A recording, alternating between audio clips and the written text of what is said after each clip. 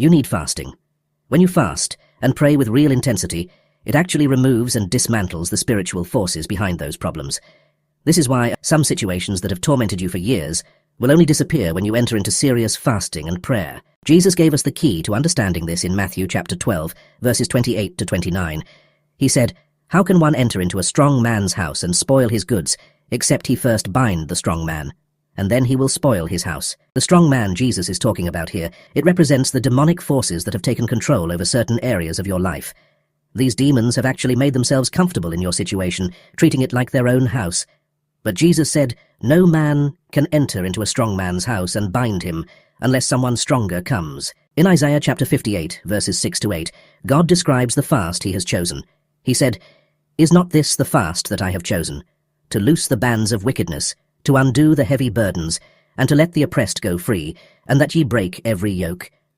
Notice that he said, to lose the bands of wickedness, which symbolizes setting you free from the wickedness of the devil. Fasting combined with intense prayer and worship makes you stronger than the enemy. It gives you the spiritual authority to bind the strong man and spoil his goods. The second type of fasting that sends shockwaves through hell is fasting that is full of praises and worship. Here's what most believers don't understand. Certain deliverances will only come when you worship. There is a supernatural power you receive when you're worshipping that you cannot get any other way. In 2 Chronicles chapter 20, when Jehoshaphat and the people of Judah were facing an impossible battle, God told them to put the worshippers in front of the army. As they began to praise and worship, their enemies destroyed each other without Judah having to fight. The word tehillah means praise, but it specifically refers to praise that creates such a powerful atmosphere that it literally changes the spiritual environment. When you combine fasting with continuous praise and worship, you create an atmosphere where demons cannot survive. During your fast, you cannot afford to sleep the day away to pass time. You cannot spend your fasting hours watching television or playing games. You must be actively worshipping and praising God. Every moment you spend in praise during your fast is a moment when the enemy's power is being broken over your life. The reason praise and worship fasting is so effective is because it does two things simultaneously. It weakens your flesh through fasting, and it strengthens your spirit through worship. When your flesh is weak and your spirit is strong, you operate from a place of spiritual authority that demons cannot challenge. In Acts chapter 16, Paul and Silas were beaten and thrown into prison, but at midnight they prayed and sang praises unto God.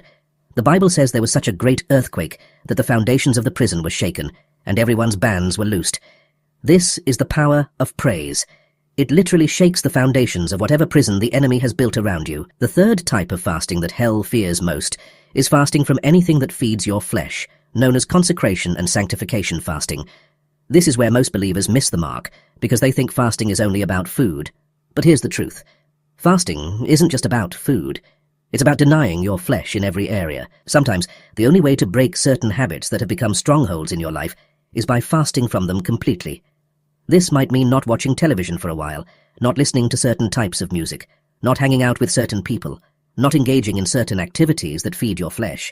Sometimes, when you're just too busy with all the worldly entertainment and activities, you end up leaving God very little time to actually work on your character and transform your mind.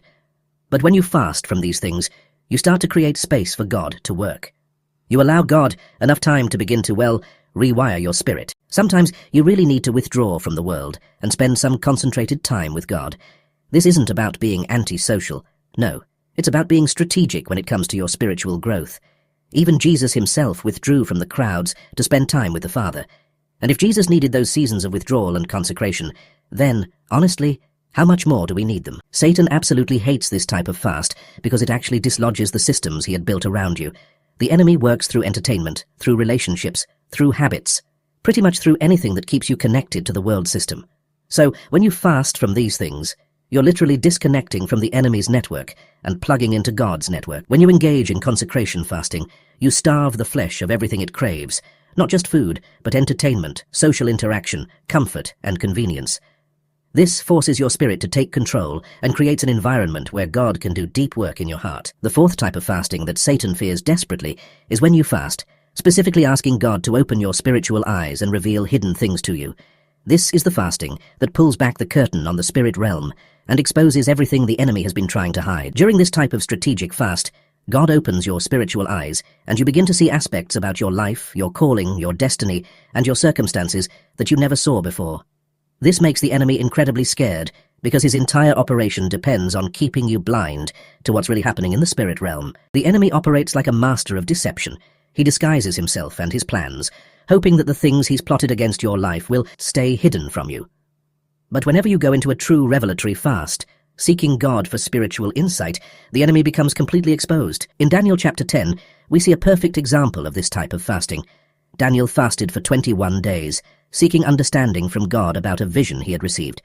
During this fast, not only did he receive the interpretation of the vision, but he also discovered that there had been intense spiritual warfare happening in heavenly places that he was completely unaware of. The angel told Daniel in verses 12 to 13, "Fear not, Daniel, for from the first day that thou didst set thine heart to understand, and to chasten thyself before thy God, thy words were heard, and I am come for thy words. But the prince of the kingdom of Persia withstood me 21 days. When you fast asking God for revelation, you're essentially demanding that the enemy show his cards. You begin to see his strategies, his timing, and his methods of attack.